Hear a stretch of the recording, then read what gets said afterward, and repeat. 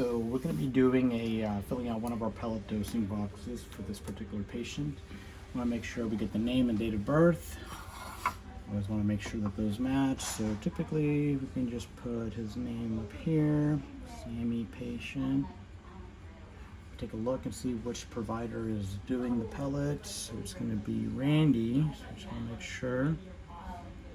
We're going to take a look at the dose. So we see that he previously had 2,000, but we always want to double check.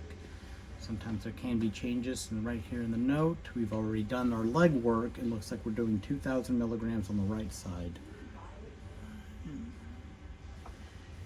because he is limitless, he's also getting a slim shot, so I'll put that there. T 2,000 milligrams. Just want to make sure, do a quick double check, and that lines up perfect. So I'll show you where we log the pellets, and we always also want to double check too that we check the allergies as well as anything that might be a bit of a problem here as well. Okay, so it looks like he does have latex gloves allergies, so that will be used during the procedure, so we will mark that with an allergy card, which are located here. So we'll take one of these. We may or may not need a change depending on if we're going to keep this current dose, but that's more of a provider call. So let's just, for the sake of example, we'll say that Randy is changing this dose and she's going to go lower, so we can go ahead and put this change card here just in case there are any changes from the note, and then the allergy to mark that he's got a latex allergy there. All right. We also keep the gun here in the same drawer. So we've got the gun here. I'm going to pull this out. I'm just going to fire the trigger once.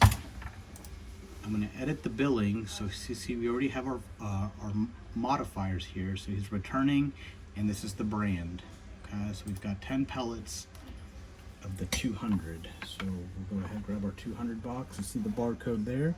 Just want to make sure you kind of give it a good scan. And it should populate our appropriate barcode number.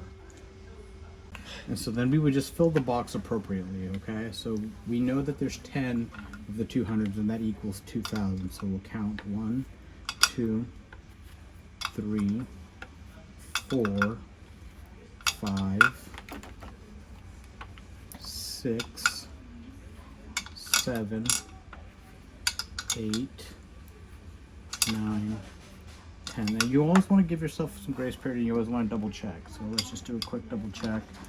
2, 4, 6, 8, 10. Perfect.